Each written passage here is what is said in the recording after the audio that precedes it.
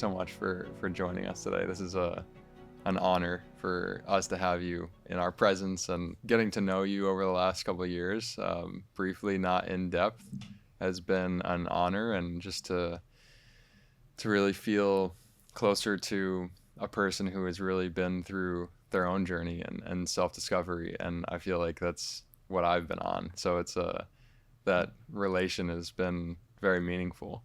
And the documentary Heal that you created was just so transformational in my life. And I've literally told everybody about it and to watch it, because there's going to be things in there that you've never heard of, never seen before, never thought were possible. And it helped me change my life and get my life on track. And I'm still searching for answers, and always will be.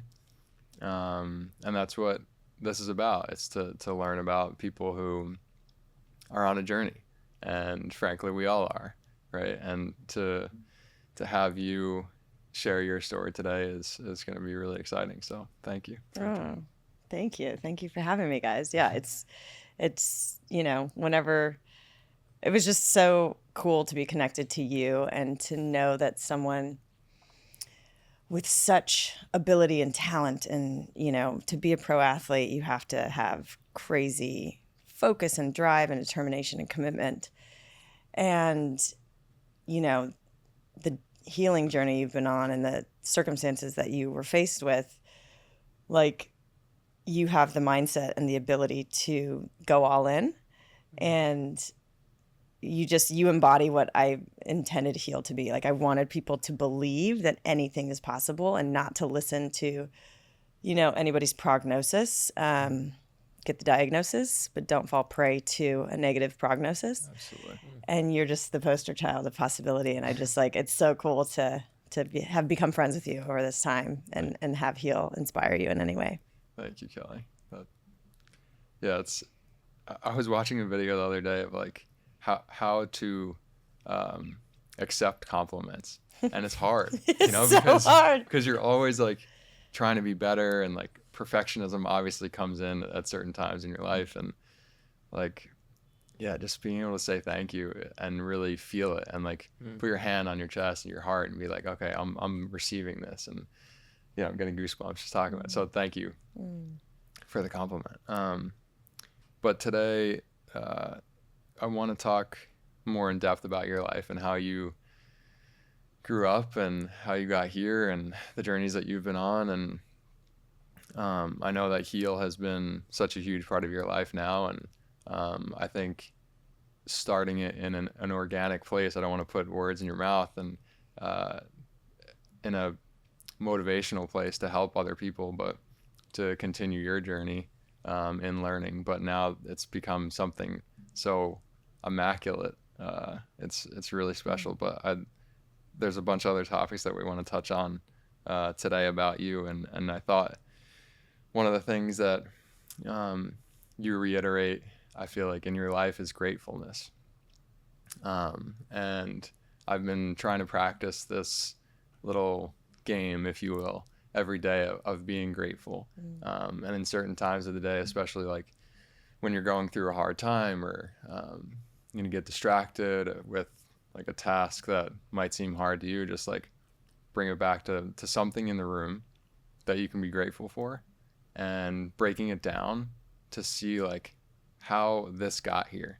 Like, I'm grateful for this glass in front of me today because of all the people that made it. How, like, the idea of the person who had the shape of this glass, the thinness, the thickness, like how it's going to hold water, how the light's going to come through, like the manufacturing and all this. Like, so I'd like for you to embark on this like little game and pick something in the room, and let's go through it and see how we can break it down.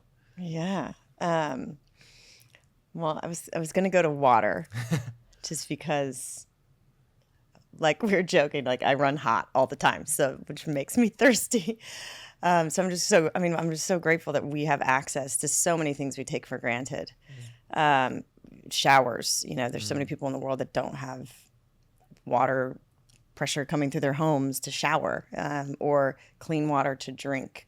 So for us to, be sitting on the 37th floor of a skyscraper in New York City and have bottled water at our disposal and flushing toilets. Like, it's just such a blessing to have that. And I never want to take that for granted. And I have to follow on. I'm grateful for Danny, who is just who has worked so hard to put this set together. Yeah.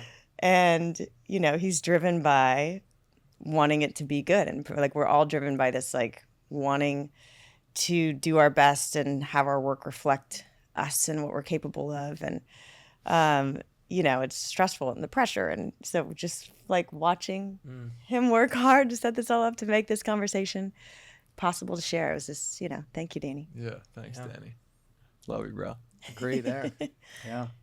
Well, yeah, water is something I've been passionate about for a long time. So thank you for bringing that up. And I think people think water is water, right? And it's something that we need, but the breakdown of it and the importance of where it comes from and how processed it is. People think that how can you process water? It's just some clear liquid. But yeah, thank you for bringing those things up. And the frequency of water. Yeah. I mean, Masaru Emoto, and just how literally water is this, just to continue, because this is one of my favorite topics, like water holds frequency and information. And it's like a conduit to so much. And we are 70% water. The earth is 70% water, obviously, approximately, based on your hydration levels. No, I'm kidding. But you know, we are water soluble beings. And when you learn about Masaru Emoto's work and frequency and how you can literally send intention into water, and then if you freeze that water based on the frequency and vibration of the intention, so love is obviously one of the highest frequencies, those crystals are symmetrical, beautiful, you know, coherent. And if you send, you know, intention that's hateful or negative, or even just, you know, those crystals, when under the microscope, are incoherent, fragmented, misaligned. And so if you just take that research and then bring it to ourselves and our thoughts and what we're saying to ourselves about ourselves all day long, and this pressure we put ourselves under, or that I'm not worthy, I'm not loved, like just our thoughts and beliefs that we constantly play in our head, that's affecting the structures of our cells and the water in our body and coherence and frequency. So it really just takes like self-love to a whole nother level. And, you know, and the way you raise your children, and just intention and frequency is so powerful because water carries it, and we are water beings. Right. Absolutely. And just by speaking into your water, or your food for that matter, like, it really does change the structure of it. And I'm so glad you brought up that gentleman and doctor, because his studies are amazing. I'm not sure is it the same study where he had like rice with water, and the kids in the school go up to there's 2 jars, right? And one is filled with water and rice. Yeah. And the kids every morning would line up on the right side and say, "I love you, water, you're so beautiful." And then they would go and line up on the left one and say, "I hate you," like all these terrible things to it. And after a couple of weeks, the one on the left is all moldy and nasty colored, and the one on the right is beautiful and still the same. Yeah. It's just proof that, like, this stuff is real. Like, it's not foo-foo, or, you know, like, this is real stuff. And it's hard for people to comprehend at the beginning. I think there's like experience that you can find and do with your kids, you know, with rice, with apples. And I think there's that. And then there's also like one with 3. So it's, you are, you know, consciously setting loving intention and then constantly sending negative, hateful intention. And then you're ignoring and neglecting fully the 3rd one. And the one that actually does worse, even more than, because the negative one is getting some attention, even though it's negative. The one that's ignored and fully neglected does the worst, like molds over. So it's like, it just shows that how we need connection and community. You know, community. Right. It's a huge one. Yeah. When Morgan first brought up, you know, the opportunity to meet with you today and have this conversation, candidly, I hadn't seen Heal yet, you know, before, and hadn't met you before, or you know, done any research yet, and I'm curious, like, you have such an energy and aura around you just being with you today. You have such a positivity that radiates from you, and the work you've done has been so selfless and trying to share, the different experiences you've had. But I guess where I want to dive into is, when did that start and where did it come from in your life? Did you always have this curiosity as a child towards health, or was there a moment in time where you kind of stopped and took a different direction? Or, where would you say this kind of curiosity began? It's one of my questions as well. Good question. It began in Ohio. Yeah, No, right. I'm kidding. Where you were born. Where I was born. No, Jake. That was a hot start this morning. We'll just give the background for the context. I come in all excited. I've done this research. I've got a little background, and first bullet point I think about is, how about this Ohio connection, right? I've done saw you're from Ohio. No, not from Ohio. Right on. Okay. Yeah. Well, great icebreaker. Yeah, shows where we're at. So. He's like, I don't know where I got that. I'm like, that's the first time I've ever gotten that, but I appreciate it. Yep. Ohioans are kind people, No, so I think I've always been curious. I consider myself a seeker. Like, I've always sought to understand things, and was very interested in like philosophy. I was raised Catholic, and I loved like the parables and the history of Jesus. But then I was like, there's something that's like not fully resonating. And I was like,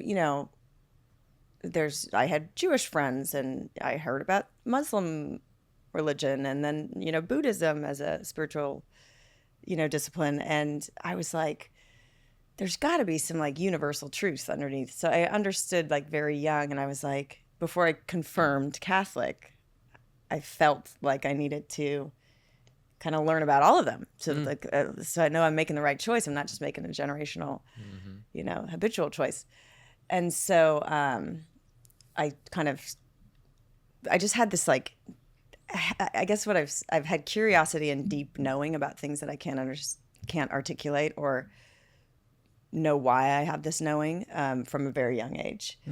But health was not on my radar at all. Thank God. I'm like very blessed to obviously be healthy. My family, my parents are still alive. My brother is healthy. But I was a very picky eater growing up. So like health was not in the, and plus, in the 80s, like, I don't know if there's less toxins in fast food or just less awareness or less preservatives and chemicals. But I was picky. So there was like 6 things I ate. And when I went to a restaurant, I would really just eat like the bread rolls because I was so picky. Me too. What were the other 5? Skippy peanut butter, creamy. Because that's all I didn't like mayonnaise. So like the only option my parents could send me to school with is like just a peanut butter sandwich. On whole wheat bread, but it was like the processed whole wheat that was dyed brown probably. Of course. And then Domino's pizza, always pepperoni, plain hamburgers from McDonald's, plain tacos, not a shred of iceberg lettuce. If there was like iceberg lettuce, it was a texture thing. And then Kraft macaroni and cheese. Oh, and we weren't allowed to buy sugar cereals, the colorful cereals at the market. But we could buy Honey Nut Cheerios and regular Cheerios. And with the regular Cheerios and the Rice Krispies, we would cut up strawberries on top and then, 2 tablespoons of white table sugar. So Nice. it was like, we ended up at the same place, There you go. perhaps without the dyes. But that was what I literally was raised on. And I played soccer year round from a young age, 5 years old, and then like spring select and club. Varsity, and I played tennis and played softball for a while and swam, and so I was just very active. So I just was like burning all the calories that I was putting in me, but or the toxins that I was putting in me. So yeah, all of that to say, I think it was just a lifelong. In my late 20s, I was just noticing like I was having like stomach issues and brain fog. And I went to a gastroenterologist trying to figure it out. Like, why am I, for lack of a better, like, why am I constipated? Why am I? And it's, it's clear that it's all emotional now and also dietary choices. But the doctors would just say, oh, here's some Prilosec for your acid reflux, or here's some, take a laxative or whatever, which I never really did. But it was just like they were just masking, and something didn't feel right. I'm like, well, that doesn't make sense. So then I took this course in integrative nutrition. It was the Institute for Integrative Nutrition. Mm-hmm. And I started becoming aware that what I put in my body affected, was the cause of these symptoms. Yeah. And I was like, I went to Berkeley. I'm a fairly intelligent human. And I've still didn't realize that frozen yogurt in the afternoon, cereal for dinner or pizza for dinner, and $2 Chuck Charles Shaw wine. I'm 28, I'm on a budget. Would cause me to wake up with acid reflux in the morning. Got awareness, that the reason cereal's so crunchy is because it's packed with preservatives and crunch stuff that doesn't let it go soggy or stale. And so they taught you that in the course. Yeah. So I just became aware, and then I became aware of bioindividuality and how one diet does not work for every system. Absolutely. So I kind of woke up to becoming more in tune with my body. So I always had this kind of spiritual consciousness knowing. Now I started to have knowing and connection with my body. Mm-hmm. So I just started making better choices. And then, also I was an actor at the time, throughout my whole life, actually, off and on. But because I grew up in LA. And so I would be driving in traffic to auditions, or I'd be, training for marathons and running for an hour or two a day. Mm-hmm. Not every day, but when I was running, I would just be listening to or driving Wayne Dyer, Eckhart Tolle, just kind of consciousness expanding texts. That'll do it. Because I had to do something to counter all the rejection I was getting in Hollywood. Which is inevitable. And so, it's inevitable. And so I found empowerment through that. And so people started saying, why are you so happy? How are you manifesting so much? And I watched the movie The Secret. Yeah. And I started gratitude journaling. And I was like, whoa, within 3 months, massive shifts were happening in my life after starting that practice. And I was like, whoa, this stuff really works. So then people started coming to me and going, tell me what you do. Tell me what you eat. Tell me what your practices are. I started learning meditation at the time. I think it was 2007. And that it's kind of kept me on that path. But it was, Just compiling. Beautiful compiling. story. Yeah. Yeah, it's hard not to, because I feel like the more you learn, it's the less I know, because there's so much more in this realm of natural healing, that expanding consciousness, as you said, and Eckhart Tolle, and wow, Ram Dass, all those Yes. insane lectures, and that's really cool. But thank you for sharing that. When you said that concept of becoming aware for the first time, you just became aware of what was going in your body and what was behind those things. I was reminded just 2 nights ago, I was with my best friend Jake, who lives here in the city, great kid, and he came down to Costa Rica with me in December, and we had a Huachuma ceremony together. And neither of us had any exposure to plant medicine before, prior to this. And we had this incredible, beautiful day that just was a mind-opening experience. All these wisdoms were shared through, our shaman that day, and just had these beautiful experiences. But the reason I bring up the story was just literally, it was 2 nights ago, he says to me, man, you ever feel like you just kind of can't look at the world the same way ever since we've had that experience? Mm-hmm. Because it brought so much awareness to these greater aspects of life. And then also you see this, whether it's the suffering or the challenges in different people differently after that day. And so I think what a beautiful lesson in what you shared of the first thing that it really started your path was just becoming aware of what was going on in your daily rituals that you just, snowball into every day and don't think anything of. Yeah. But It's a beautiful lesson. And it's what everybody else is doing at the time, Yeah. Froyo was trending. It's true. Yeah. And so, it is. It's all awareness, and you do shift. And I just want to keep shifting, because I think, the journey never ends until we leave this body and perhaps come back another time, or 1,000 other times. But I just want to continue to get closer to what human potential is, to experience this life in the way we want to experience it. Yeah, and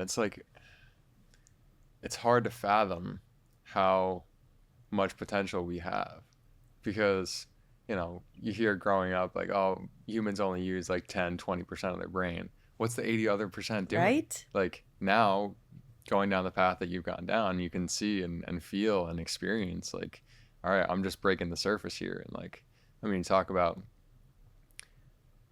plant medicine and what that can do to your mind and open up new neural pathways, and like it's just like a taste of what we can do and what we embody. Like everyone always asks me like, oh, plant medicine, it's hallucinogenic, or like, you know, you're doing a drug. And I think it's more of like a tool to realize that we're more capable than we're led to believe. Totally. And we don't need the plant medicine to get to the places that we get to in the plant medicine ceremonies. Correct. And the first step is awareness, and realizing like what you're thinking, how you're talking, what you're reading, like what are you putting in your body, not just from the diet that you have, but like diet's intake is not just what you're putting in your mouth. Yeah. You know, it's who you're surrounding yourself with, what energies you're putting in, like the chemicals that you use in your shampoo. And when we're like, I'm sure all of this came into your life, and the awareness, plant medicine, chemicals, like what was like the real shocker for you that kept you going after that first time when you were 28 and people started asking all these questions? Yeah, I think, you know, just feeling empowered, and then having that in contrast of feeling not empowered and not feeling great, like you said. And, you know, like in the face, my pressure point was trying to make it as an actor, and, you know, trying to do, I learned so much. It was such a great mirror because I'm trying to do it right. Like I would just like learn that I'm a perfectionist, you know, and, trying to get the A's, and, you know, always came easy to me. I'm bright, but like, I don't retain anything. The way my mind works, I can cram the night before and like spit out an A, and then, you know, move on through life and never know what I studied that night. So, you know, I kind of like bypassed a lot of things, and I was realizing like I was trying to do acting right, and I was trying to please people in the process. And that's not conducive to being an artist, like, and, you know, kind of pulling any experience or emotional experience from your audience. You know, I'm not booking jobs because I was trying to do it right and give them what they want. They just wanted to have an emotional experience, but if I'm in my head, they're not going to have that. So in failing so much as an actor, you know, and it's relative, all, you know, failing, because I had success, but not get the success that I wanted. I just turned to so much self-reflection, and then searching for information and philosophy that could empower me and give me the tools to get, you know, heal perfectionism, or just be more fearless, and to be me, to show up in the world me, because that's ultimately the most successful actors are just themselves playing, you know? Right. And not afraid to take risks, and not afraid to be judged, and all of that stuff. So I'm, you know, 20 years later, I'm still a work in progress. I'm like still unwinding and undoing perfectionism and people pleasing. But I've come so far. And so just each thing led me to wanting to live a more empowered, authentic life, and just getting one step closer to freedom, you know, and just really just showing up as me. And a lot of that is just removing all the things that you've downloaded along the way that just don't serve you or aren't you, you know? Yeah. So I've been peeling layers of the onion for many years, but I feel like it's exponentially speeding up for everybody. Yeah. I think frequency on the earth is rising, and the pressure is rising, and the truth is just all coming to the surface. So it's a good time for all of you out there to start healing, because you're on the fast track right now. That's for sure. Yeah. The frequency of the earth, right? There's just like some studies, or I guess a monitor showing like what, like the difference in the last like couple of years, right? Yeah. Like I think it's like the magnetic resonance, or What was your favorite memory as an actress? Oh boy. You know, I still remember booking my first like real movie role. Which was?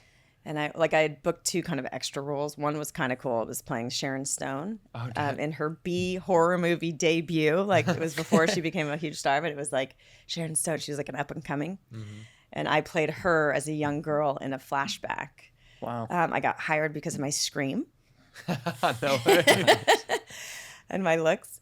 But yeah, I was a kid in bed, and my dad was telling me my screen dad was telling me a bedtime story, and then like her mom came up and like killed him with scissors, and the movie's called Scissors, and I scream, and that's like Sharon Stone having a flashback to her dad being killed in front of her. Wow. So that's a claim to fame. But my then later I booked a role, and it was just like a taste of like what I had imagined being an actress would be, and just like the romance of Hollywood. So it was 2 weeks on, I think maybe Century Fox lot, but it was a movie called For the Boys. I was 11 years old. I got cast as James Caan's youngest daughter. There was 3 girls, and Bette Midler was in the movie. Wow. It was just like a magical, idealistic experience where like you go and you go to set school, and just everybody on the crew was so nice, and there was just like these big, lots of very talented actors that were well known in the cast, and you know, it's a period piece, so you're like brought back in time, like World War II time. So it was just a total fantasy, and that's like why, because I love movies and I loved storytelling through movies. So to be in a real life version of that, it was just so cool, and that was like the first. Then that just hooked me then for the rest of my life. Wow. And I think it was like that first. I have and will never try heroin, but they always say like the first time is so good that you always chase that first, you know, high, I guess, which is why it's so devastatingly addictive. But it was just like so magical and everything, you know, and then I just felt like I never got that experience again, you know, in that way. But you were 11. I was 11. Where did That's that very dream cool. come from when you were just a kid? I don't know. You know, part of me likes to say like I really like when I watch movies, it almost feels like I'm remembering, especially like period pieces. Like I'm like, I want to live that lifetime. Yeah. So there's just like some knowing about reincarnation that I've always had, and like I want to wake up and live and experience and remember all my lifetimes in this. And I've had like crazy vivid dreams of being like a Civil War soldier before, and they're all intense and like deeply emotionally powerful. I don't think I've ever shared this. But there was just something about acting that maybe perhaps gave me that opportunity to step into these different roles and different lifetime experiences in, you know, this 90-minute to 2-hour kind of medium. Wow. That's really cool. But then, you know, then you realize that you're kind of an introvert and you don't like sitting in the makeup chair all day, and, you know, I don't know. So The awareness. It changed over time. Yeah. But I don't know what got me. I just like, I loved how I felt when I watched film and television. Like I get so caught up. And so I was like, I want to be that person that causes those people the audience to feel that way, you know? Yeah. Well, you did with Heal. Yeah. Yeah. And naturally, I was kind of wondering where that transition took you, because you went from the acting world to eventually the production space, so where you were creating film. And was that a pivot from feeling like maybe acting wasn't going the way you wanted, or were you figuring out that you wanted to be in a different realm? Or, I mean, there's a big journey in there, it sounds like, on more of the self side of things, but I'm curious how you had that pivot from acting into production. Yeah.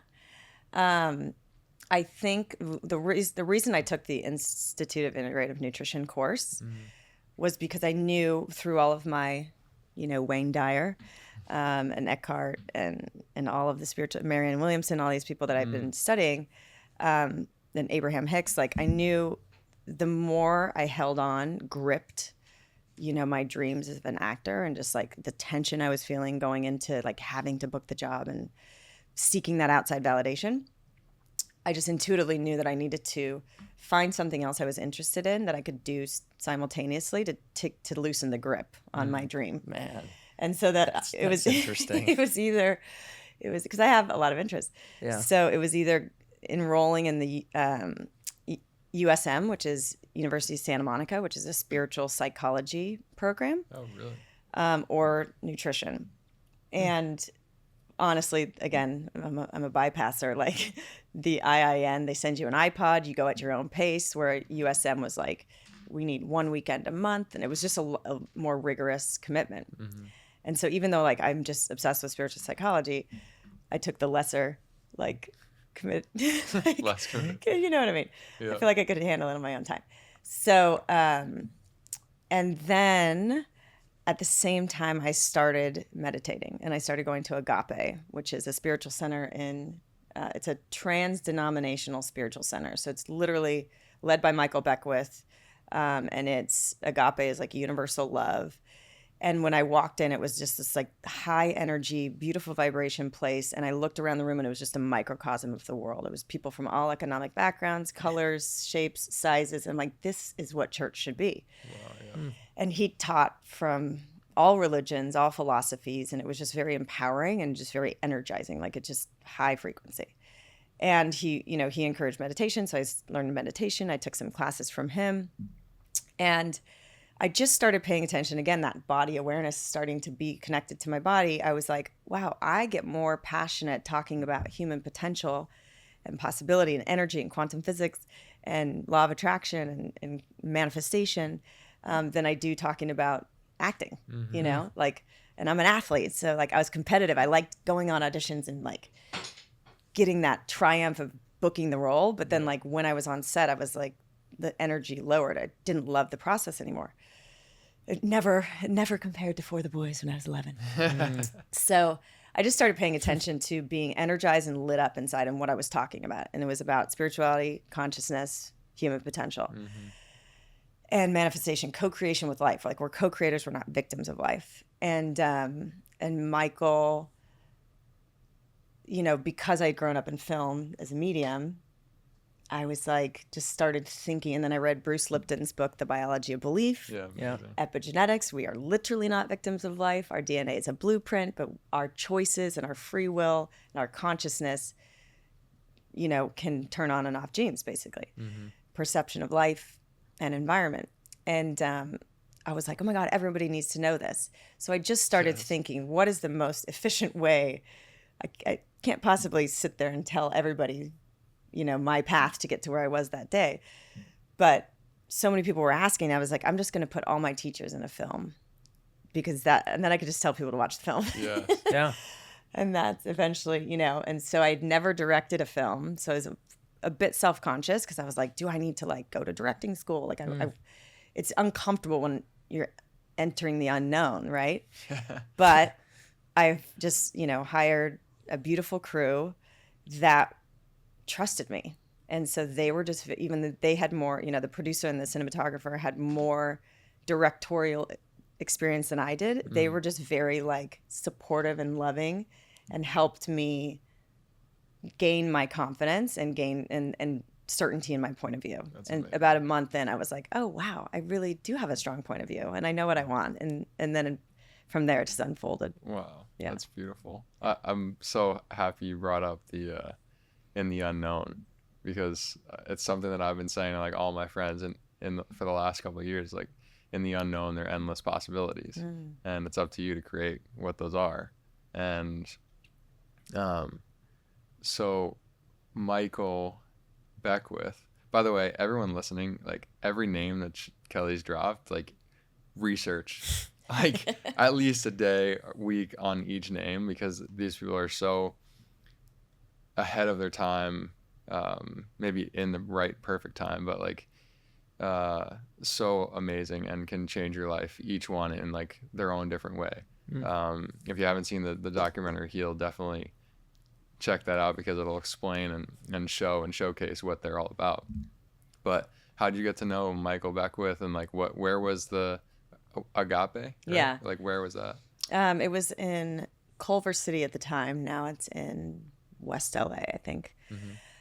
But I was attending, but I, wasn't close enough at the time to like ask him to be in the film. So I went to this conference called Celebrate Your Life conference, and they were all there. So it was like Joe Dispenza, Marianne Williamson, Michael Beckwith, who else? Greg Braden, Bruce Lipton. Yeah. And I was like, this is my dream team. So I was like, I'm just going to go to the conference, and then I'm going to approach them all, so I wrote out my little, kind of deck or whatever, and my vision. And so after each of their talks, I went up, my producer at the time, Rochelle, and I went up to them and with a book to sign. And I was like, I have this vision for this documentary. I'd love you to be in it. Who can I contact to get, and most of them just hand me their personal card or their assistant's number or whatever. Nice. And then I followed up, and then and they were all open, and they're all kind of in the same sphere. Mm-hmm. But they have to be careful about what they sign on to. Mm-hmm. Although all of them are at the stage of their life, even 7 years ago, where they're just giving the information for service. I mean, they're also making money, but they just want to share the wisdom that they've been blessed to, be privy to. So, they're all very generous with their time. And then I got through a friend of a friend, and she's now a dear friend of mine. Deepak Chopra is like her brother. Mm. And so my friend connected me with this woman, and she said, yeah, come down to San Diego and I'll introduce you to Deepak. Nice. So she arranged a meeting. We both went into his office. I told him like a 5-minute version of my vision. He's like, I'm in. Sweet. And I was like, you are? Okay. Like freaking out at the moment. And then when I could follow up with all of these people and say Deepak is in, right, they all just said, okay, let's do this. Yeah, when you get one. And they all come back to me now, and it's like the most gratifying thing, because they've been in many documentaries, all of them. Mm-hmm. And they're just like, wow, we cannot believe what Heal has become. I'm like, I know, thank you. It's a timeless piece. Yeah. Like it's not a work where, there's any kind of time frame to where the information will grow stale, right? Like I watched it for the first time 6 years after its initial release, and it's incredibly present moment, right? And I feel like it's work that can be shared generationally. The lessons that so many of these healers are showcasing, and oftentimes are from multi generations prior, that are either tribal techniques or ancient just kind of human healing ways, and I think it's fascinating that you can create a work of art that can stretch time so easily. Thank you. Yeah Deepak, there was a Jason Goldsmith's actually really close with him. Oh really? Yeah they've done a lot of work together and have a dear friendship, and he always speaks so highly of him. And I didn't know he lived in San Diego, so that's probably where the connection was. But he had a comment in Heal that I thought was really unique, frankly, and I wanted to ask you about this today. But he talked about the difference between acute and chronic illness, and really that in Western medicine we've had phenomenal scientific advancements and technological advancements on acute, illness or disease, whether it's through hurting yourself or having breaking your bone or something. But when it comes back to chronic illness, you have to get to the root. Mm-hmm.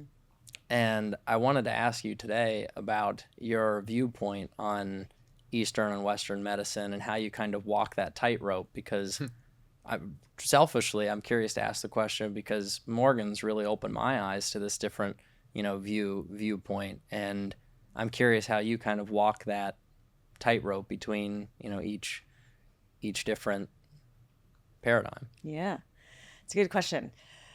I am so grateful for scientific advancements and technology. And, like you said, we have amazing and doctors, like conventional doctors that are surgeons that can literally put together a body after an accident, right? Or, That's crazy. Do a liver, like a organ transplant. Like science and technology and amazing Western doctors, conventional doctors, are life-saving in acute and emergency situations. But the problem is we're applying an acute model to chronic illness. And there's a massive rise in chronic illness for the last 20, 30 years because the toxins in our environment have skyrocketed, glyphosate, different medications cause side effects that then need more medication and Mental just disrupt too. mental illness because of weird, technology is so wonderful, but then there's the, kind of toxic flip side of it where we're just getting inundated with information, most of it negative, polarizing, inflammatory, radiating. Yeah, exactly. And so, for all the good, there's the equal and opposite shadow, right? And so I would say my faith is in the intelligence of the way we're designed, ancient wisdom, ancient medicine, naturopathic medicine, treating our body as close to nature as possible. So with food, like Hippocrates, food, let thy food be thy medicine, the medicine be thy food, like herbs, medicines. That's why plant medicine, I think, is genius. And my experiences have been mind-blowing at like the connection and the wisdom and the consciousness that comes through. However, I've had contrasting experiences where if you're not being facilitated by someone who's sacred and really taught the ways of, ancient indigenous peoples, and is not connected to nature in that way, there's a lot of, snake oil salesmen out there that just, maybe they're not even bad intentions. They just haven't had the right, upbringing in the work. And a lot of places, administer plant medicine, but there's no real integration after. And so there needs to be education on the front end and there needs to be integration on the after. And then there needs to be a sacred ceremony around it is what was my experience. Yeah. And then, what comes in there could be just the most mind-blowing, transformative, life-shifting experiences. And like you said, like your lenses change. Like you can't look at life the same ever again. No. And it's beautiful and it's powerful. And it's like, I feel like, almost all healing kind of exists in nature. You can find the answers in nature. But that's not to say that, if I have a cold or if I have an infection, like I'm probably going to take an antibiotic because I need to still function in life and move forward. And I don't, it depends.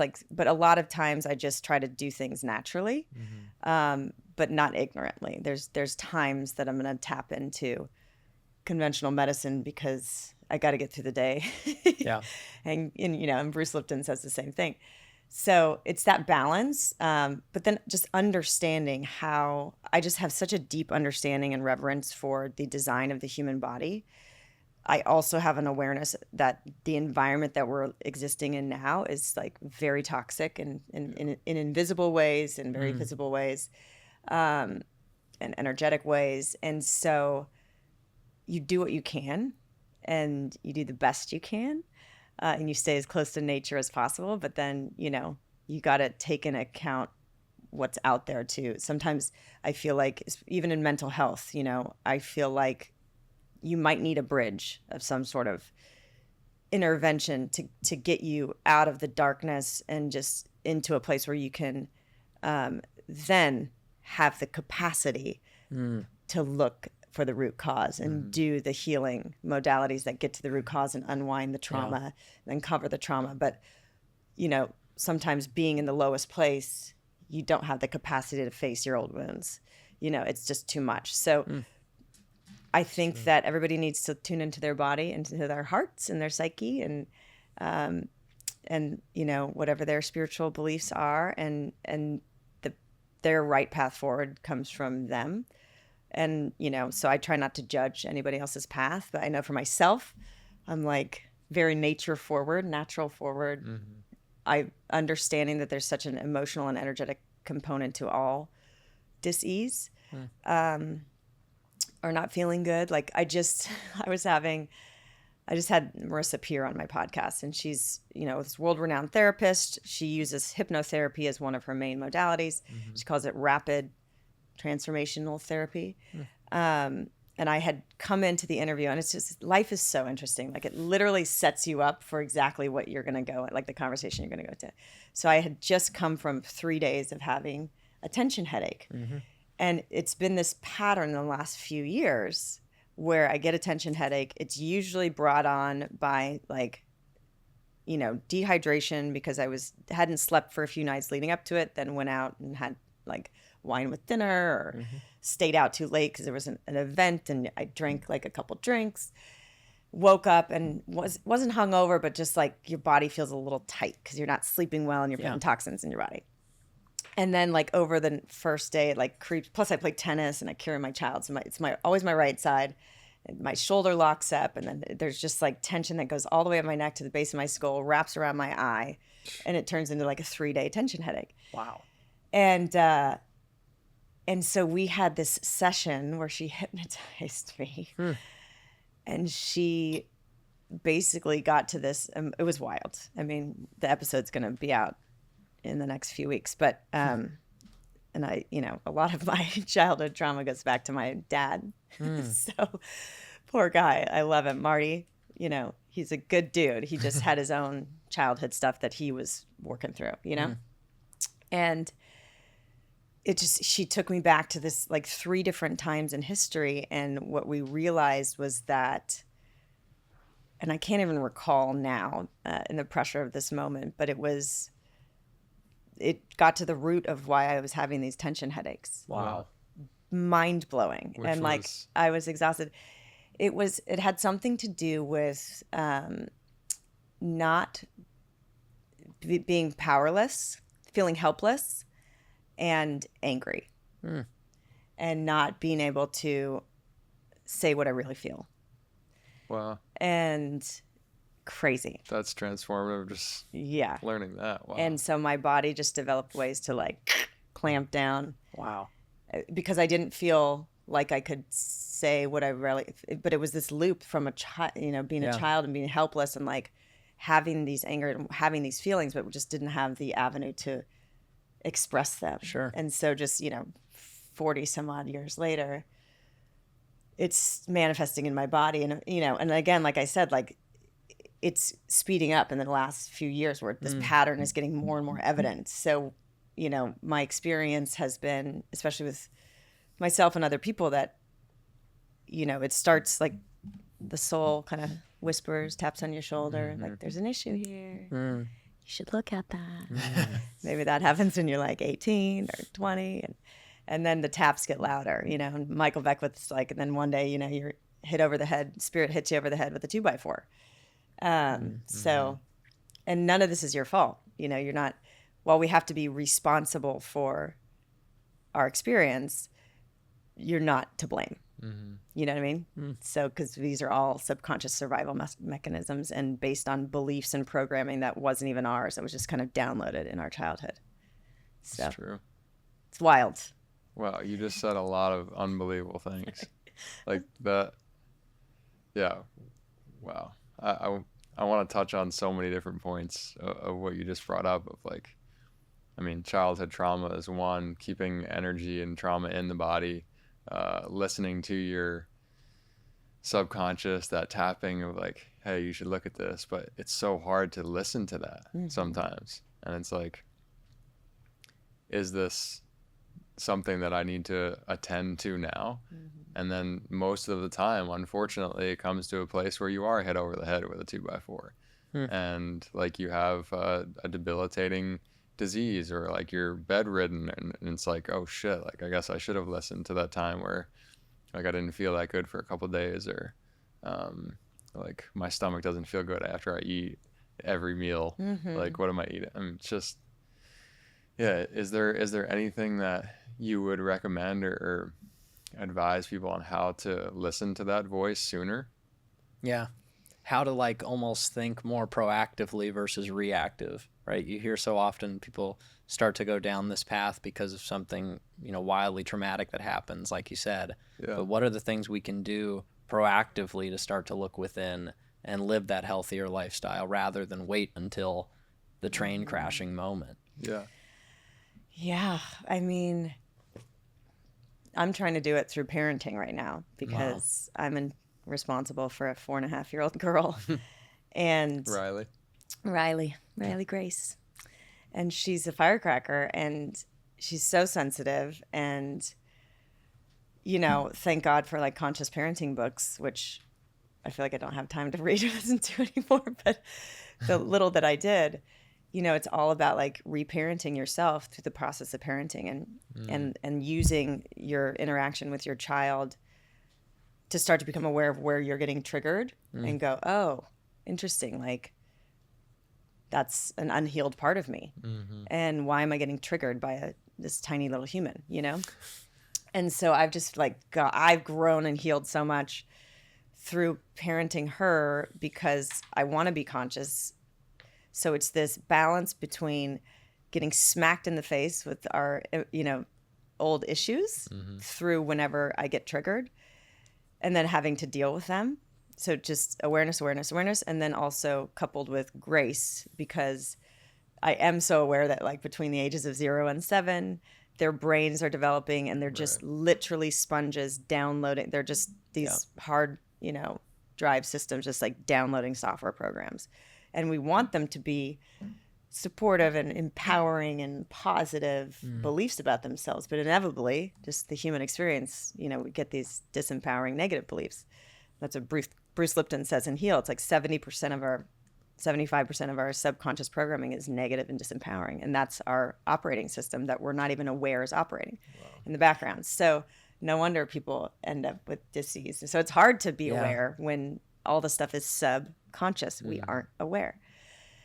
So I would say, listening to this podcast, following Morgan and you on this journey, that starts to open the door of awareness, you know, and then you're going to hear something and then you're going to tune into your body that goes, oh, I'm interested in learning more about that. And then you find yourself in Costa Rica doing Wachuma or you're at Agape with Michael Beckwith, whatever it is. That's what I wanted to do with Heal. I was just like, here's what worked for me. I just want to teach people our body is an amazing tuning fork. And, you know, the sensations that we feel, you know, if we're tensing up, you know, if our chest is constricting or our chest is expanding, when we hear about it's like, we're our own barometer. So just start to become aware and then start to pay attention to how you're feeling in your body. And then when something lights you up and makes you feel expansive or warm in your heart area, like follow that, like learn more about that. When something's constricting, go, oh, what was that information I just got? And why is that triggering me? Oh, you know, what fear is at the base of this, you know? Like this morning, it's a tiny example, but this is the amount of awareness you have to practice being a parent. So Riley does well on 9 hours of sleep. Most kids her age do 10 or 11. So she's always been like a lower end sleeper. And so we were traveling from LA yesterday, went to Boston. It was a long day. And then, because her sister was speaking at Harvard Business School. And then we came to New York and we're still like on LA time. So she went to sleep at 11, which is 8 p.m. LA time. But it's still a long day traveling. She's disoriented. So she wakes up. So she should sleep until 8:30, which is when I was going to wake up to start getting ready. But she woke up at 7:20 because we don't have great curtains here and the light was glaring in. And she's just like, I want to get up. And my mind starts getting frustrated because I'm like, oh, I'm leaving her to go do this podcast. I have calls during the day. Like I have a work day tomorrow. If she's not well rested, she's going to spiral. She's going to disrupt my day, needing mommy. Like, so I'm just projecting all of that on her. I'm like, no, you need 9 hours of sleep. Like, go back. Like, we need 1 more hour. You know, I was like so rigid to this expectation because I assumed my day would be easier if she got that 9 hours. So I like battled with it. Then I became aware and I was like, oh, what? Like the easier, I'm just going to let her wake up now. We're going to wake up. And yes, I'd like another hour of sleep, but I'm not going to fight it. And I'm fighting this because I have expectations and assumptions, and, you know, assumptions are the death of you. So we got up and she's been in a fantastic mood all day. And I had to I just realized my rigidity. And then I'm thinking back to my dad's issues and all the issues that I developed as a result of how tense and rigid he was in life. And he got that from his dad. Yeah. And who was a Marine and an alcoholic, and like it all makes sense. But until Wow. someone wakes up and breaks the pattern, Yeah. it's Exactly. just going to be, generational. And, and that's why I love the story around, it's genetic. I was Because just once gonna you, bring that up. once you learn about epigenetics, Yeah. you're like, I've oh gotta no, read it's that. like the blueprint's there. But we have a choice to wake up to it and make different choices, change our environment, and change the way we do things, and change our subconscious beliefs that are continuing for that same blueprint to be expressed. Exactly. Yeah, it's like, my family's had diabetes throughout the last 5 generations. Okay, well, let's see what they've been eating. Yeah. Like it's just lifestyle and yeah, it's and stress and the and same stress. thinking and beliefs that cause the same stresses Yeah, in the and same environment. the ways that your parents are teaching you things and how they're telling you or reprimanding you, and it's like, yeah, waking up to that, it takes a lot of work, and for you to be able to do that, like, oh, I'm frustrated, but take a step back, see it from an outside perspective, and realize, okay, you know what, let's just get up, see what happens, and be aware of your emotions and your feelings like that. It's not an easy thing to do, and you make it seem easy now because you put in the work. And that's one thing that, like, I really want to focus on here, is that, like, this takes time. Like, this transformation in life and self-discovery is not overnight. It's like, when you're talking about feeling in your heart, one little thing that you might want to be interested in, like, say you brought something up and someone's listening, and it's like, oh, you know what, I'm going to research that person, and like maybe 5 years down the road it really clicks with you. But it's like taking that one step each day or each month or whenever, like, you listen to it, is really important. And you don't know when it's going to kick in. You don't know when things are just going to be like completely different and really light a rocket under you to go in the direction that you want to go in. I think you brought up balance, of like the different healthcare systems or the different avenues of naturopathic or the more modern medicine now. And it's like, I feel bad, and I'm going to take some antibiotics, and it's not going to ruin my body because I'm telling it it's not going to.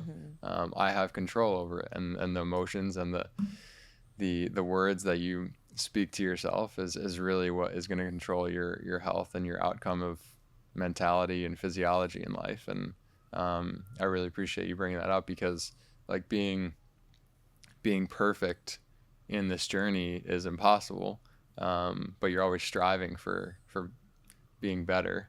But it's the balance and the awareness of, it's going to be okay, and I can do this. Like, I can go back, you know what, I'm going to have a bowl of cereal with 2 cups of some sugar in there today because I miss it when I was a kid. Yeah. It's not going to harm me today. I'm okay. Yeah, exactly. Yeah. Anita Morjani, anyone dealing with cancer, Mm. she was the final thing that, after I read her story, I was like, okay, I'm ready to do Heal. And she wrote a book called Dying to Be Me. So basically she had a near-death experience, and she had to die to become herself. And she is the literal poster child of possibility, because she was riddled with cancer. Her best friend died of cancer. She was raised Hindu in Hong Kong. So she was raised very traditional in a Western kind of facing society. And so she brought a lot of shame to her father when she decided not to get the arranged marriage of Hinduism, and like kind of left the arranged marriage and humiliated her family. And so there's a lot of like tension around that relationship and dynamic. And then her best friend died of cancer. So she just lived kind of in fear all the time, but she had a taste of Western and she had a taste of Eastern. So then she got cancer, did all the like Indian Eastern medicine stuff. That wasn't working. Did some Western medicine stuff. That didn't work. And eventually ended up in the hospital, lemon-sized tumors from her neck to her abdomen coming out of her skin, organs shutting down, couldn't even find a vein. She was like, 70 pounds or something, and went into a coma. So like that, nobody on the planet could look at that body and say that she's going to recover. It's just like, say your goodbyes. Yeah. We tried. And she had a near-death experience where she went into the other realm, that she calls it, and which to me is like source, what people call heaven. It's just that unconditional love that is God that we come from and go back to, and is kind of, you know, in the matrix behind the web, and we can tap into it at any time, and we do in plant medicine and other things. But she was there. She was aware of her body in the hospital bed. She was aware of her brother flying in on a flight from India. Wow. She was aware of a conversation her husband was having with the doctor. It was just like all awareness down the hall, 40 feet away, that she couldn't possibly have heard from the bed. And she had this connection with the essence of her father who had passed away and was on the other side. And there was just this like telepathic knowing in that moment that there was no love. No judgment, no animosity, just pure love and connection and understanding. And he said, you know, now that you're aware of that, you got to go back and live your life, because you got, you know, and she realized, she was like, every decision I had made up until that point, lying in the hospital bed, was made from fear. And she said, if I now, knowing this love and where we're going to, I have no fear anymore, because ultimately all fear leads back to fear of death. And so, but she was like, but I don't want to go back to that body. It feels good up here. I'm loving it up here. I'm with my dad. There's no judgment. But she knew that if she went back to her body, she would heal. So she came back, animated her body, recounted some of these stories she couldn't have possibly known. The doctors were like, what is going on? This woman is crazy. She clearly was just hallucinating, not in a coma. And within 3 weeks, no cancer in her body. 5 weeks, she left the hospital and has been going around the world speaking about it ever since. Holy cow. Anita Morjani. Yeah. So, Another like, one. for me, I was like, if that's true, and it is, and there's papers and research that, like, backed it up, anything is possible. Like, that body was so far gone, and with a shift in consciousness, it came back to healthy, vibrant life. Unbelievable. And so all of that to say, because you talked about having that bowl of cereal with sugar on top, like, she eats ice cream now with no fear. She's like, you know, and people that went through cancer knows that sugar feeds cancer, but because she's had this shift in consciousness, it's like to be present and enjoy the taste. I think that's why we're here. We're human beings. We're little fractals of God experiencing spirit, experiencing itself in this 3D meat suit, you know, and we get like the emotion, the richness of emotional life, and even the pains, like, like that is just all for spirit to experience itself through us. And ice cream is part of that. And I freaking love cereal. It's still delicious, you know? I want to take a nap after. But like you said, if it's going to bring back that nostalgia from childhood, if I know that it's like, so it's just about presence and that, you know, that belief and knowing, and that story that we tell ourselves, you know, is everything. Yeah, it's, I mean, I'm speechless. That was crazy. Jag. What a story. I love Jag because, like, this is, I feel like I know that it's all this stuff is very new to him, but he embraces it and he trusts me. And we've gone on so many journeys together. Like, last week or a couple weeks ago, I was like, hey, do you want to go out to Colorado and just go backpacking like tomorrow? And he's like, yep, let's go. So we went out. Amazing. Yeah. And it's just like finding those people in your life that you can latch onto and learn from and grow on your own. It's like, it's so important. And hearing these stories, like, you made me feel like I know her. Yeah. You know, and you explained it so well and vibrantly. And it's like, that's what it's all about. And hearing those things, can change someone's life just by hearing that story. Yeah. And also, you guys have been on this path and experienced this journey longer in terms of having your mind open to these different, you know, potential outcomes and these different ways of healing yourself. And for a broader listenership, you know, a lot of these things are really out there, frankly, and hard to relate to. So sometimes I feel like my purpose in the chair here is to ask the question that maybe the outside listener is thinking to themselves, like, is this really real? Like, could this actually happen? Yeah. You know, and again, it's what a learning experience to get to sit here and listen to these stories. I mean, that's just incredible. And sitting right in front of us is one of the most incredible experiments on earth right now with what Morgan's doing in his own life and journey. And I was actually, when we first started, I wanted to ask you, did you first come across Morgan, or how did you guys first meet?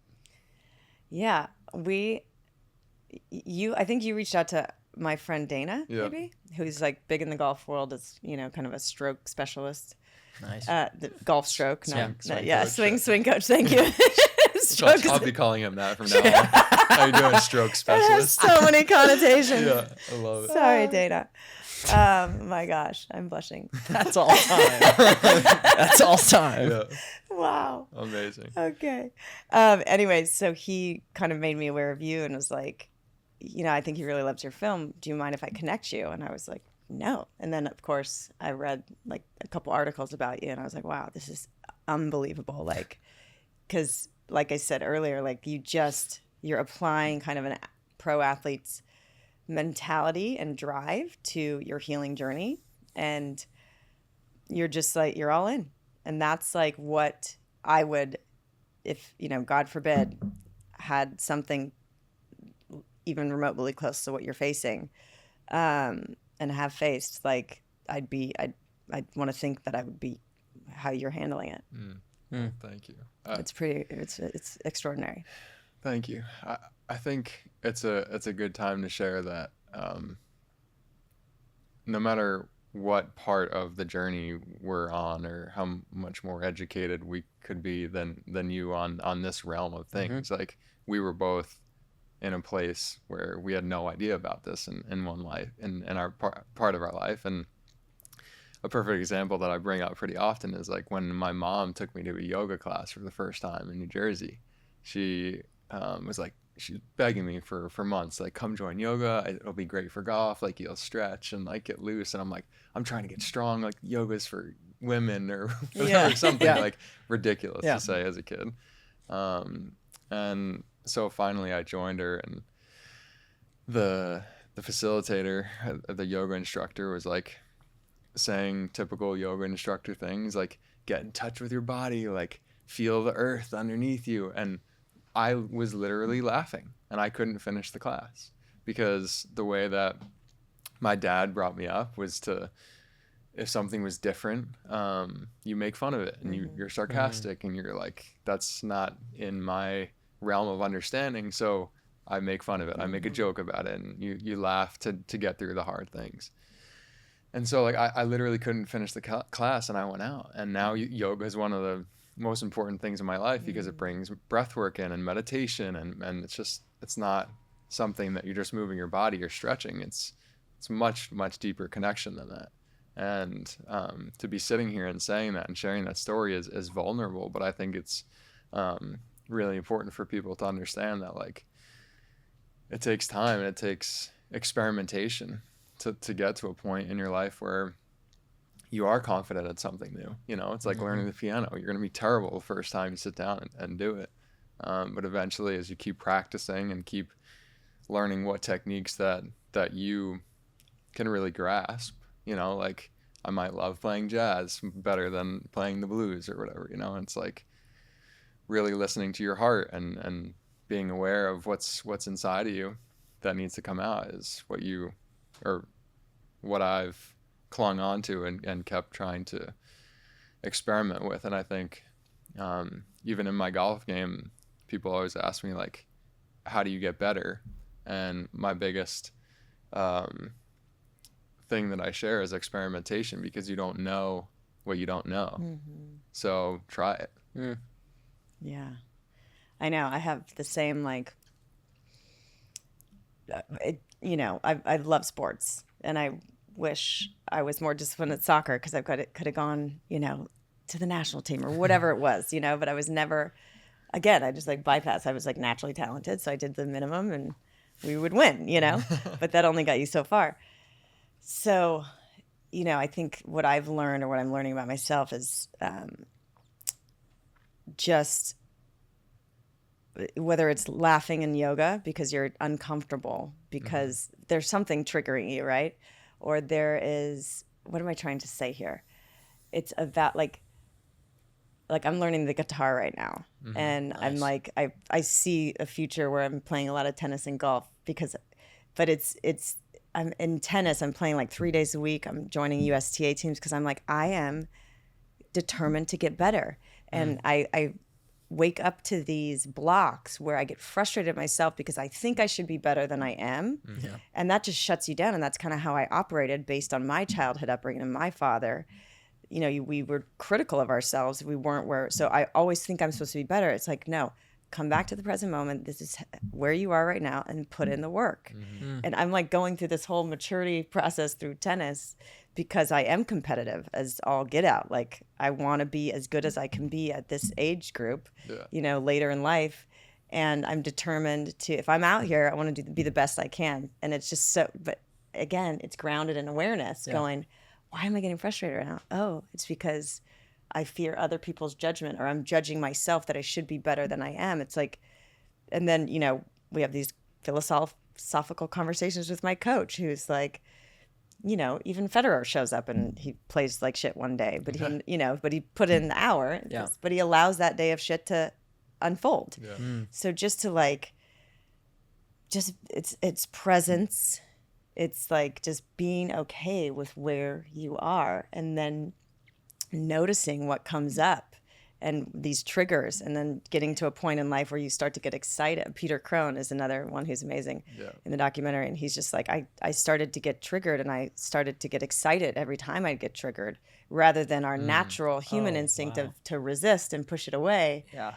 It's like, no, that's just like at a certain point you start to heal so fast. It's like, oh, that's awareness that a trigger's coming up of a past wound.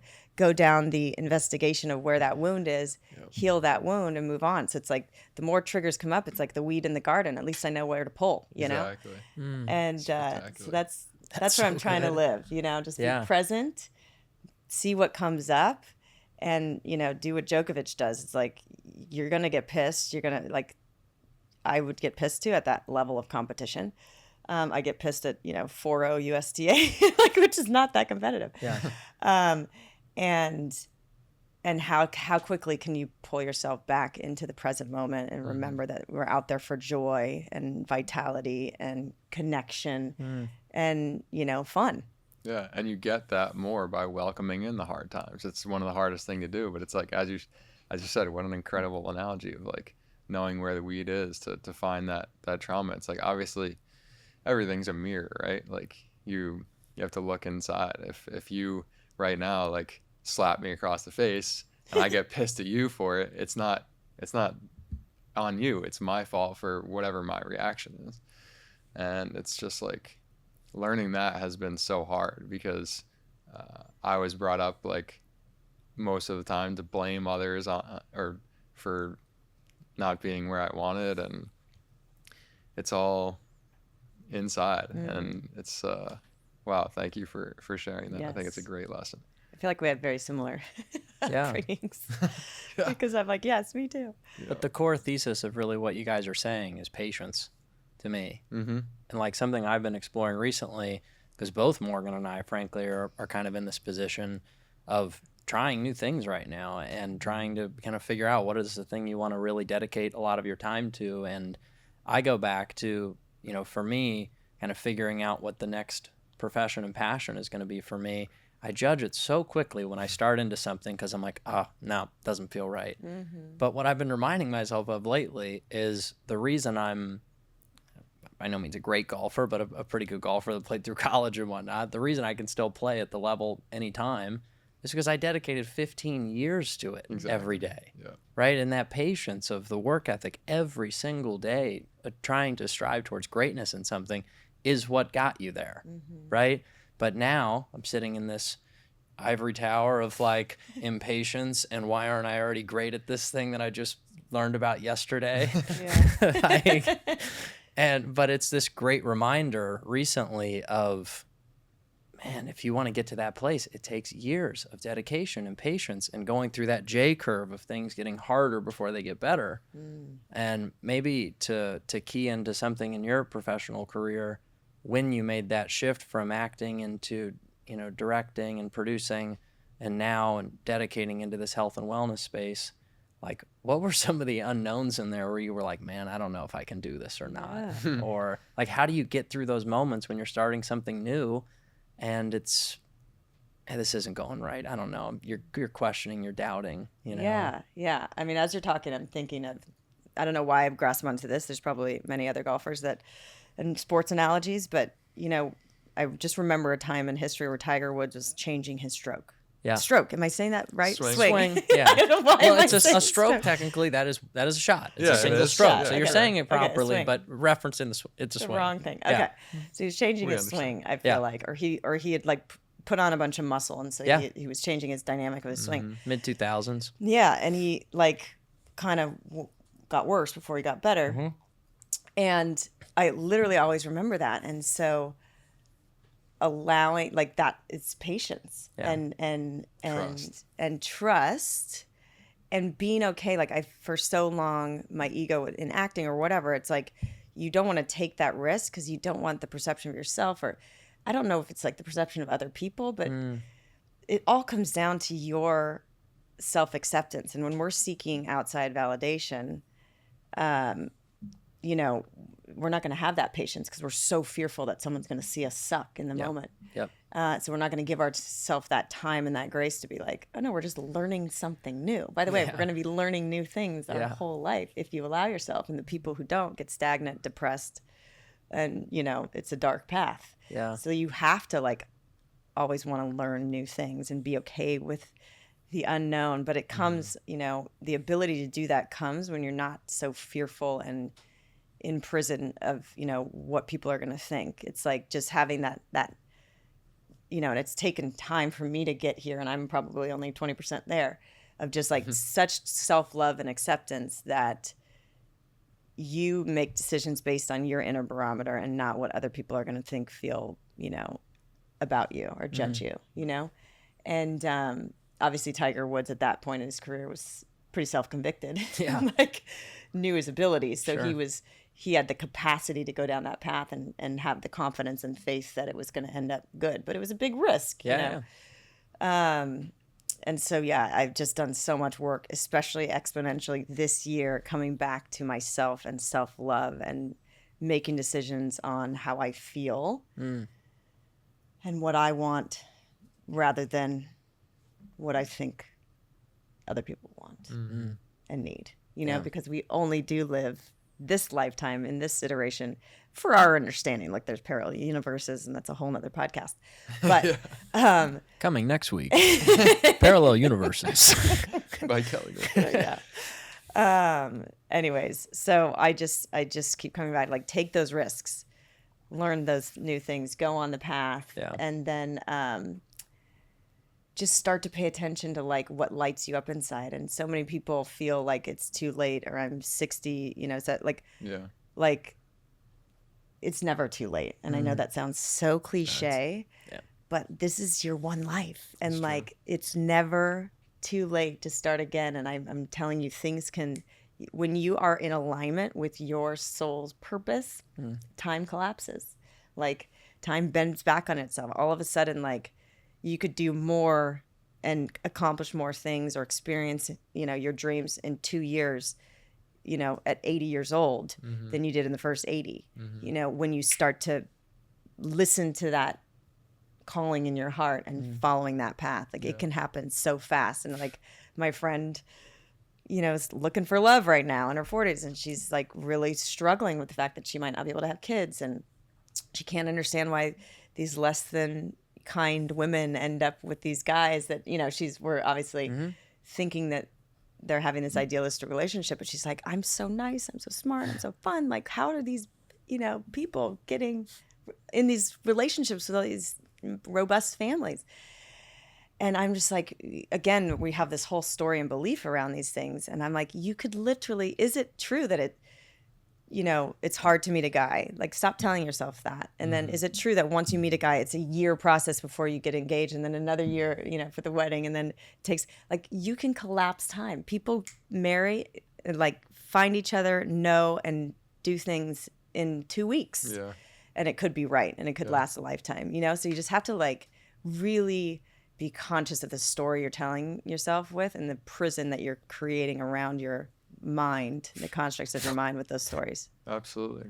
I wrote down here, Rome wasn't built in a day. Yeah. You know, and it's like, it's one of the hardest things to really grasp, because like the immediate validation of today's world, like the Yep. you know, the technology and the everything needs to happen immediately for people to be happy. And it's the opposite of that. It's enjoying the journey, having the roller coaster ride, going on the ups and downs. And it's tough to grasp, but when you can slow down and smell the roses, it's the most important time that you're going to remember, because when you get to that goal, you're going to be like, all right, well, what's next? Exactly. You know? And so if you're not enjoying the time getting to that, then like, what are you doing? That's why everybody says it's about the journey, not the destination. Yeah. And, you know, enlightenment happens in the present moment.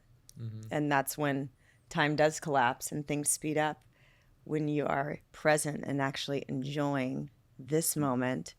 Then those goals that you've put down the road or whatever, they don't matter, because you're genuine. And that's why I love Joe Dispenza's work. Yes. Because you feel he's teaching you to overcome yourself and be present and still, and just tap in to connection with source. And like, once you feel that good, even, you know, and there's manifestation meditations, there's all, like, the disease can't exist anymore. Right. Because you're already you're in the present moment, feeling as if what your future self desires, but you're already feeling the feeling, and that's Already the there. feeling is what we're going after. And that's when you start just putting out a different energy you start vibrating and just at a different level. You're putting different information into the field, and the field reflects back to you something. So again, it's Joe Dispenza's work. I highly recommend. No, I please. So his book, Becoming Supernatural, has been my Bible almost for a while, because it's just exactly what you said. It's like, it's not visualizing, because that's like just seeing, and you're just kind of seeing it from outsider's perspective. It's actually feeling and embodying that you, who you want to be, or can already be in the now. Like, tell me about your experiences with Joe, your experience at the convention that you went to, and you've had him on your podcast, you had him on your documentary. Like, I'd love to hear more. And he's been around forever, and he was in What the Bleep. Like, he's solid. He's, you know, but again, it's this theme of exponential. Like, his work in the last 2 to 3 years has just gotten so deep and profound. And he partnered with the University of San Diego, or University of California, San Diego, because this scientist came to one of his advanced week-long retreats, which he'd been trying to get me to go to for years. And this scientist had such a profound experience. He's like, we need to study, and witnessed miracles, people getting up out of wheelchairs, blind people starting to see, you know, pain going away. People, you know, Heal sends people there on scholarship. Oh, wow. It's like a couple $1,000s. And so we sent this veteran who was like a special forces veteran, and he had this surgery to fix something that he was dealing with. And then ever since the surgery, he had crazy nerve pain in his feet, to the point where it was like driving him mad, and he wanted to amputate his legs because the pain was so bad. Wow. Anyways, he goes to this week long, and just the way that Joe does it, it's like he gets you out of your comfort zone. You're sitting in meditation in a room full of 1,800 to 2,000 people, which the energy amplification in the room is incredible. And you are 3 different meditations throughout the day. They're different meditations for different things, and then in between, he educates you on what's happening, why it's happening. It's like a crash university course. And so now, because the scientist had gone and experienced it, he's like, I want to research. I want to study your work. So they've got all this data. They just came out with a paper in October proving that advanced meditators, people that were doing his program and just had the practice, regularly after the week, basically their blood had all these markers. It was SARS-CoV-2 was not able to proliferate in their blood. Wow. Because of the elevation of these markers that occurs biologically when you're doing this work. And then also, like, cancer was not able to proliferate. And amazing. Yeah, it was crazy. Amazing. So all of that so they just released a paper on that. So It's being like backed by science, and Beautiful. which has given him more confidence, which makes him go to a different level. And so you literally become someone else when you go through that process. And that's why these rapid transformations are occurring, because, you know, the disease was in the old self, and you literally become a new personality with a new personal reality. He says it much more eloquently than me, but it's fascinating. And I went in with very low expectations. I was just like, great, a week to myself, some solitude and sitting with myself. I'm sure there'll be some downloads and some realizations, and it blew my mind. It was wild. And how are they collecting the data? Just like with brain monitors, right? Yeah, they do all of that, and then they take blood. You know, they've studied thousands and thousands of people. They're also doing remote. They started doing group healings at the end, the last 2 days of the retreat, which is wild to see what happens there. And they're now doing distance coherence healings, is what they call it. And ultimately what he's doing is he's getting your brain and your heart in such like profound states of coherence, and that's when the energy in the cells of your body just reorganize, and it's just a full system upgrade, because you're in just like these deep states of coherence, you know. Every day you consciously get there. And yeah, it's pretty profound. Is the main meditation like the bringing the cerebral fluid up your spine? Is that one of That's one of them. Yeah. So he does that maybe a few times during the thing, which is interesting. Yeah, crazy. So crazy. What's another one that sticks out for you? I mean, I love anything manifestation. So, and you mentioned this before, you know, the difference between just using your imagination to visualize and then actually, you know, Joe says you need to visualize, see yourself in that future version, which is how he healed his spine from a crazy injury when he was in his 20s. Triathlon. Yeah, he got T-boned by a car riding a bike in a triathlon, and doctors told him he could never walk again. And so he was just laying face down in this bed, and, you know, part of him wanted to just go to the dark side of depression, and part of him was like, look, I'm a chiropractor. I have a lot of knowledge in my body. I'm just going to visualize. And so he figured out, he cracked the code through his own experience, that it wasn't just visualization that was enough. You needed to feel the feelings. So it's an elevated emotion combined with the visualization. And the brain doesn't know the difference between what's real and what's imagined. So, but imagination is not enough. You actually have to feel the feelings. So that's what locks it into the body, and that's what starts to reprogram cells to believe that it's already in that future existence. And so I love those meditations, because I'm literally tuning into these potentials that I desire and feeling it. So I'm living in that future experience that I really want, and I'm feeling those feelings, and that's just like blissful. That's like I'm going towards that, and then you feel that it's possible, and you're feeling it in the moment, and then you don't care if it's possible. You're just overwhelmed with gratitude, and you're crying because you're just like, life is so good. And it's just, you know, that's like, and then you just like, yeah, it is. It's just about this present moment, and we're so powerful. We can bring that future to us right now, just through this, you know, practice. Yeah.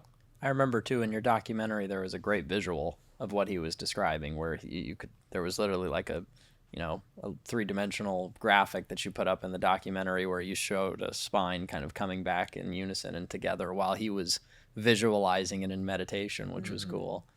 The other visualization I loved in the documentary was, this goes back to the patience theme a little bit, but the caterpillar that was in the chrysalis, and like a guy comes walking by and sees this little caterpillar struggling in it, so he cuts it open, and the butterfly comes out and just falls to the ground and dies because it wasn't given the proper amount of time that it needed to still grow. It needed the pressure of coming out. Right. And it needed the darkness, the pressure, and the discomfort to grow, and for the wings to actually manifest into what they were supposed to do. And so someone helping along or bypassing it died because it didn't have. So it's such a great metaphor, because we need those dark times in our life to contrast and to give us the pressure to grow. It's that alchemy, the heat. We need that heat and pressure to become the gold that we are. And it's so important for us to go through it on our own. Like I know a lot of people who are like, oh, I'm going to this healer and he's going to heal me from whatever. It's like, yeah, you know, maybe you'll get some help, maybe they will help you, but I'd say 9 out of 10 times, like if you learn from this person or from experiences that you go through and take it back to your home and integrate it into your own life, that's how it's really going to become, because it's going to be hard, because you're going to find the dark times, you're going to find that pressure, and have to pop out of it on your own. Yeah, totally. That integration is key because that's where the work comes in. Yeah.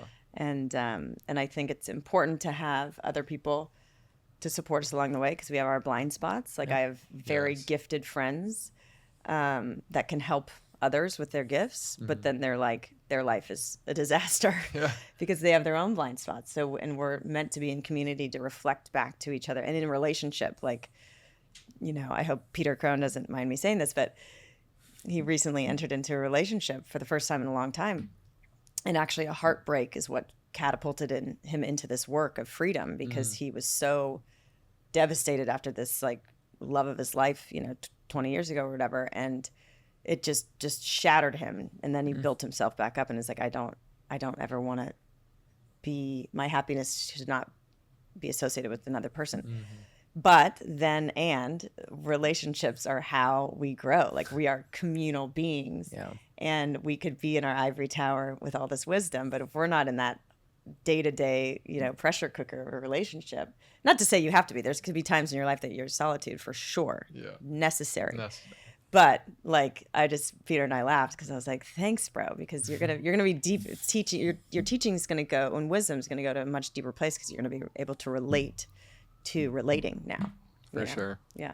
For sure. Yeah. It's relationships are so amazing. It's like a ceremony in itself, you know, like just finding a way for both of you to be happy on your own and then accumulate the love together. And now like I have a daughter as well. She's about to turn 1 next week and it's like insane. It's just going through so many ups and downs and journeys and learnings about ourselves. It's amazing.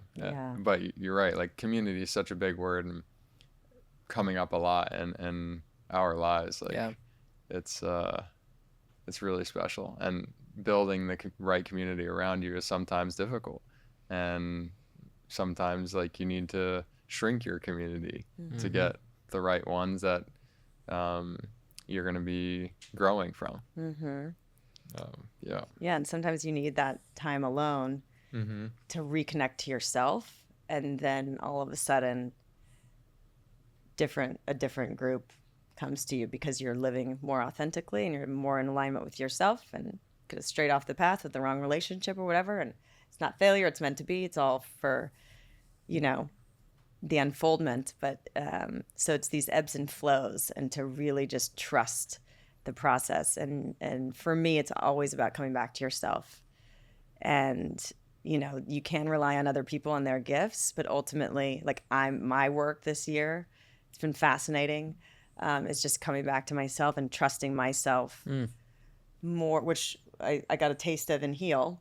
I learned to trust myself as a director and a storyteller. But now it's like learning to trust myself to make the decisions, the highest and best decisions for me and now my daughter in this life.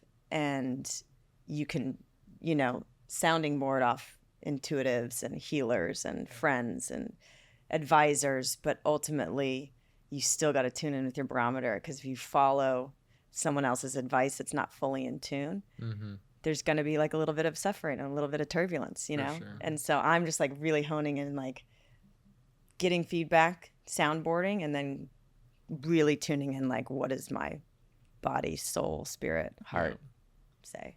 And I know for myself, like it's been a learning experience to be able to do that, like to figure out what I truly want, because that like outside validation, especially like in the sports world, you know, like when you get an applause if you hit the ball close in golf, like it feels great, but like what does my heart truly want takes a lot of work to even be able to have the answer to that question. And I think some great tools for that Jeg loves to do is journaling.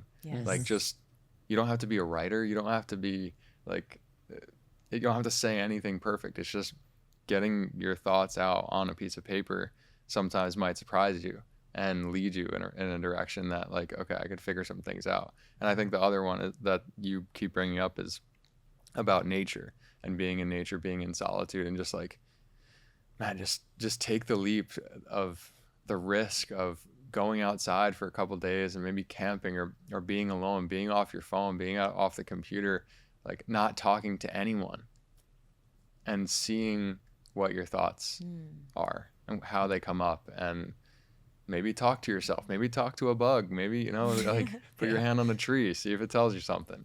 Like it might sound silly, but like I think one of the best ways that I found to truly find myself is to just be on my own for a little while. And every year I try to do that and go on a camping trip by myself, and it always resets me, and it's such a great tool. So good. Yes. Yeah. That conversation around like being in nature and having a conversation reminds me of a quote from, I can't remember from who, and I won't say it exactly paraphrased, but it's something along the lines of like, the majority of man's problems come from not being able to sit in a room in solitude and just be with your thoughts. And this conversation for me today has, like, in a lot of ways been looking in a mirror. Like, I'm listening to you guys talk about these moments in your life and things you've learned, and instantaneously, like, looking at myself and asking, boy, have I thought that way before? And I think I'm envisioning it from the listener perspective. And hopefully there can be a lot garnered from it, but personally there already has been. I mean, I think back to a lot of what led me on this path was heartbreak, frankly, and trying to learn, God, these feelings of how in the world do you get through this? I've never experienced such depth and pain, and, you know, you think your life's going one way and then it turns another, and so you search for solace in that somewhere. And I wish I could sit here and say I'm in a point of the journey where I've come to the other side of it and found answers in it, but it's a process, and you trust that process. And I'm in the same boat as you, and I feel like my biggest goal and kind of passion right now is learning to trust myself again. Because when you get hurt, it inherently, you look at yourself too and say, well, you made a decision that ended up hurting you really bad. And so learning to trust yourself again, man, that's a process. Yeah. And it's real time. Yeah, totally. Totally. And for me, my thesis, you know, I don't want to take this to a spiritual thing, but if we're wrapping up here, like, my conclusion after doing Heal was like all healing is spiritual healing. You know, obviously Anita Marjani's was. But to, you know, something that's helped me is to just really believe, and it's through this both spiritual avenues and scientific avenues, like, and the quantum physics, field of quantum physics, like, and just what I've experienced in my life, you know, through nature, is just really trusting and believing that life is loving and, you know, for you and not against you. And all of this is for purpose and benevolent, and not, you know, the goal isn't to avoid pain. It's, again, to feel and still find freedom and healing in that, and meaning because of that, to learn from it too, meaning it, to learn from it, exactly. And that's the richness of life, and to be human, you know. But to trust that it's all unfolding with a beautiful intelligence that's benevolent and supportive and loving and beyond our capacity to understand. How have you seen this work affect different generations? Because we're growing up in a time where technological advancements are happening so rapidly. The world we live in is literally changing, it seems, from day to day in terms of what access we have to different technologies. How do you see this work affect different generations? I mean, I feel like most people come into this later in life in some capacity, but I also look around me and a lot of folks in their mid-20s and even younger that are having these crazy identity crises in their early 20s, just coming out of school. And I mean, inherently, I think a lot of it comes back to social media and living so much in the eyes of what other people are living for, and this perfect world that we all see when we're swiping up and down. Everybody's living perfect lives. I'm not, what the heck's happening? Mm-hmm. But how do you plug in this work to different generations? How have you seen it affect different age ranges? Does that make sense? I don't know if I'm asking that question no, properly. totally. I mean, now you're sitting here and I'm like, oh gosh, we gotta like do a heal for junior high kids to like Yeah. so that they, Seriously, don't though. get too far. Yeah. Like most Yeah. people like wake up in their 30s and 40s Totally. and start to unpack their childhoods, like, Yeah. and maybe we can get to a place where they can just not be packing in the beginning, like not Right. taking on, like Yeah. learning to deal with trauma in the real time so that it's not stuck in their bodies and then, manifesting a disease or projecting, in different relationships and patterns throughout their life. So that's now a goal. Yeah. Thank you. Officially started. Boom. Okay. So we need to start there. And I think just as you're talking, just like this inundation of information, like I just feel like our brains haven't caught up to be able to. It's almost like an overwhelming amount of awareness, and then coupled with illusion, a lot of in-your-face illusion. Now artificial intelligence, like to ultimately, again, it's coming back to we got to teach the younger kids to tune into their bodies. And I try to do that with my daughter, with food, because her dad is like, sugar and toys are the solution to any tantrum and problem. And I'm like, okay. So rather than sit and fight that, I'm just like, okay, I grew up on Kraft macaroni and cheese and McDonald's, and I turned out okay. So if she gets a lot of sugar, she's going to be fine. But so my surrender to that was going, yes, you can have the second Oreo, but tune into your body. When I have sugar, I get edgy and angry like 30 minutes later, processed sugar. So just start to tune into your body. And it's your choice, and then you can start making choices. And so now she like says no to sugar. So it's just, again, teaching awareness. And I would, in an ideal world, or maybe the next project is learning. Like technology has connected us in a lot of beautiful ways, and airplanes and being able to travel, Yep. There's such rapid connection, but at the same time, disconnection as the byproduct. Huge. And so really educating young people, somehow waking them up to like trusting their own inner barometer and inner guidance through meditation, mindfulness, disconnection from tech, reconnection with nature in the ancient ways. So if we can teach younger children that, so that they trust themselves earlier. Definitely. And not get swept up into the illusion of, oh, I need to be this way, or I need to be like her, or I need, I'm only loved if I have this many followers or whatever. And just really get into self-assuredness, self-love, and the fact that they have their own internal guidance system that will never lead them astray. Of course, we're going to make mistakes. That's part of growing in life and pain and everything. But that's the key. I mean, that's the goal, is reconnection to themselves earlier on with love and an awareness around this subconscious program of I am not worthy and I'm not loved. It's inherent in society, and it's absolutely not true. It's true. You're right. It's funny that you brought that up. It's like asking your child getting them to ask themselves the question of, what do I think the outcome of this could be? How do I think I can feel? Like, what's your thought process here? Obviously there's a certain age where you can actually ask them that and they get a response. But we're talking about that now with our daughter Rye, and just knowing that she has so much knowing in her already.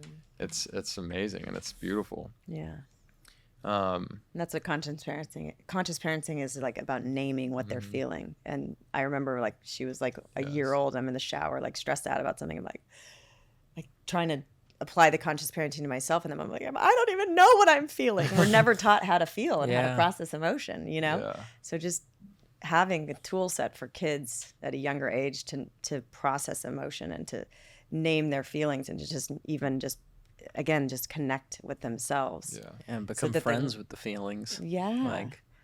And then they can turn inward and be having more inner experience than always external and social media or friends. Adolescence is hard. That's so important. Let me know if you figure out how to do that. Oh man. I have a few more points to touch on here. What is your mission here? Like, when I say here, I'm going to leave it as broad as you want on this world and this podcast and your journey with life, whatever. Just I want you to answer that how you answer it. Okay, broad version is joy and freedom. That's my mission, is to get as much freedom and joy out of this life experience as I can. Amazing. Because waking up to the constructs and the prisons of our mind, and then, deconstructing them and being so in alignment with who I am and what I came here to do that I'm okay with whatever happens and whatever experience I'm meant to experience. That's freedom. And then to share all of my learnings along the way with others so that I can empower people and hopefully reduce some suffering along the way. You're doing a spectacular job at it. Thank you. Thank you. And I think lastly, our podcast is called I Can Fly. And it's something we always ask our guests at the end. What does that mean to you? When you say I can fly to yourself, what do you embody? Is there a point in your life where you felt like you can fly? Yeah. Yeah.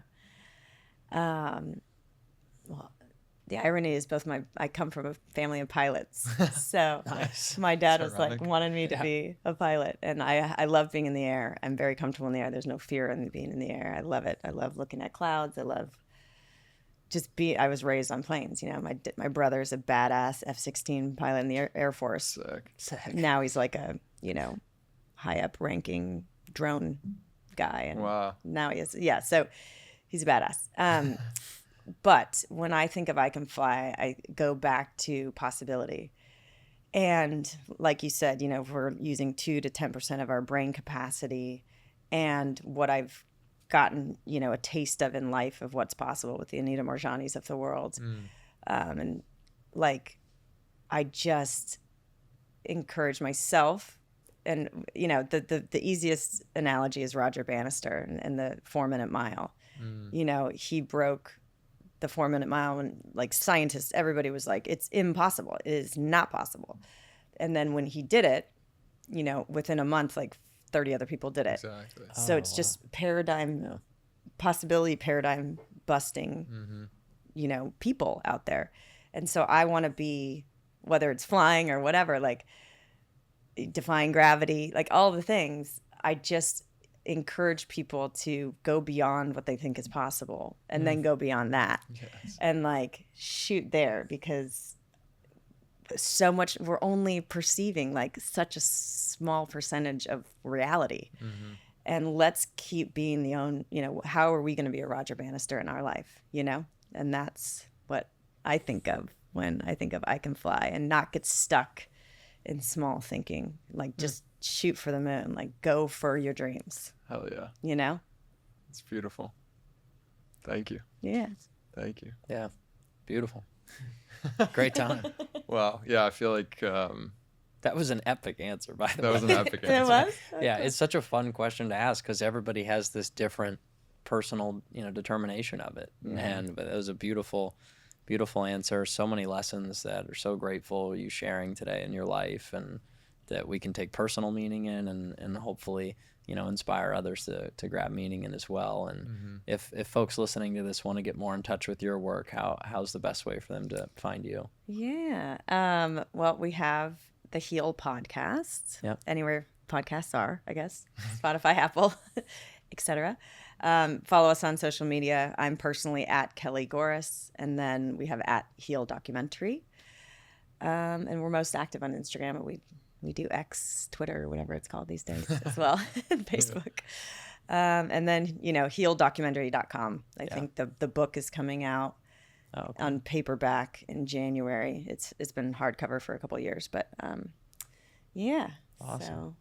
Yeah, And then the film is on Amazon Prime. It was on Netflix for 2 years. Now it's on Prime. nice. Yeah, So that's a where must that's at. watch. Yeah. Yeah. Like absolute must Thank watch. you. Yeah. Thank you. Yeah. Yeah, thank you for sharing all that. I know it was some personal sharing, and I feel like, we barely touched some of the things that I had wanted to, and maybe we'll do the next podcast. Well, in a next plane. week we have parallel universes. Yeah, we'll do a whole series. Yeah. Exactly. And one we'll do, 40,000 feet. Yeah. I love it. That'd Cool. be awesome. Well, thank you, Kelly. I really appreciate it. Thank you. Yeah. You guys are awesome. Thank Great you to very see you. much.